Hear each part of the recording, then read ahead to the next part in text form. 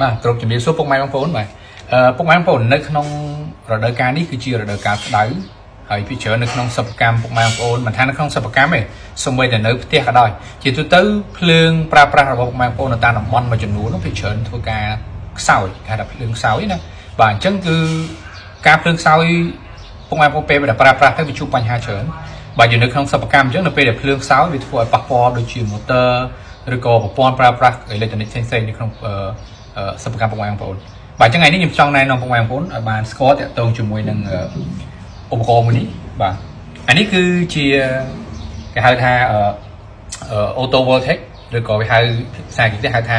មានតួនាទីសម្រាប់ធ្វើឲ្យលំនឹងភ្លើងរបស់ពុកម៉ែបងប្អូននៅស្មើល្អបាទជាទូទៅនៅក្នុងសិប្បកម្មមួយគឺត្រូវការឲ្យភ្លើងស្មើដើម្បីឲ្យ motor ដើរខ្លាំងក៏ដូចជារក្សានៅគុណផលរបស់ motor ឬក៏ប្រព័ន្ធអេឡិចត្រូនិករបស់យើងដើរបានល្អបើមិនអញ្ចឹងទេវាធ្វើឲ្យមានបញ្ហាដុំភ្លើងអីជាដើមបាទនេះគឺតាក់ទងជាមួយនឹងឧបករណ៍សម្រាប់ការទប់ភ្លើងហើយឧបករណ៍នេះគឺងាយស្រួលទេបាទការប្រើប្រាស់របស់វាគ្រាន់តែធ្វើការភ្ជាប់ជាមួយនឹងប្រភពភ្លើងមេរបស់កន្លែងពុកម៉ែបងប្អូនហើយចេញពីឧបករណ៍មួយនេះចែកចាយទៅកាន់កន្លែងប្រើប្រាស់ផ្សេងៗទៀតគឺរួចរាល់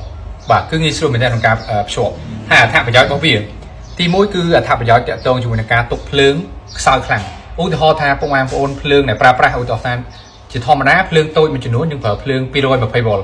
បាទប៉ុន្តែតំបន់ពុកម៉ែបងប្អូនបានភ្លើង 220V ទេបានតែ100ជាង170 180ឬក៏190ជាដើមនឹងធ្វើឲ្យកម្លាំងភ្លើងរបស់យើងខ្សោយអញ្ចឹង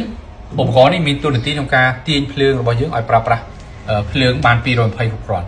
ហើយនៅមួយករណីទៀតតំបន់មួយចំនួនមានភ្លើងឡើងចុះអញ្ចឹងពេលខ្លះវាមិនមែនភ្លើងខ្សោយទេតែជាភ្លើងខ្លាំងហួសអញ្ចឹងភ្លើងនឹងខ្លាំងហួសវាធ្វើឲ្យអាចនឹងប៉ះពាល់ទៅលើឧបករណ៍អេឡិចត្រូនិកក៏ដូចជា motor ឬអីប្រមាណដូចគ្នាឧបករណ៍នេះមានតួនាទីក្នុងការទប់ភ្លើងរបស់យើងដូចគ្នាកុំឲ្យមានការឡើងខ្ពស់ធ្វើឲ្យប៉ះពាល់ទៅដល់ឧបករណ៍ប្រើប្រាស់ក្នុងផ្ទះរបស់យើងបាទអញ្ចឹងឧបករណ៍មួយនេះគឺសំខាន់មែនទែនសម្រាប់សិប្បកម្មក៏ដូចជាការប្រើប្រាស់ក្នុងផ្ទះដែលត្រូវការប្រើប្រាស់ភ្លើងច្រើនហើយការឧបករណ៍នេះមានច្រើនទំហំមែនទែនបាទដូចខ្ញុំបង្ហាញនេះគឺជាຂະຫນាត30 kVA បាទវាមាន20 kVA វាមាន25 kVA ហ្នឹងក៏ធំជាងនឹងក៏មានដែរភ្លើង2 pha ភ្លើង3 pha មានទាំងអស់បាទអញ្ចឹងគឺបើសិនជាពុកម៉ែបងប្អូនចង់ឲ្យភ្លើងថេរបានល្អគឺណែនាំពុកម៉ែបងប្អូនប្រើប្រាស់ឧបករណ៍ auto voltage នេះដើម្បីធ្វើឲ្យការប្រើប្រាស់ភ្លើងរបស់យើងនៅក្នុងសិប្បកម្មឬក្នុងផ្ទះមានស្ថិរភាពដើម្បីសំចៃក៏ដូចជាធ្វើឲ្យឧបករណ៍អេឡិចត្រូនិកពុកម៉ែបងប្អូននៅក្នុងផ្ទះនេះគឺប្រើប្រាស់បានយូរបាទអរគុណច្រើនបាទ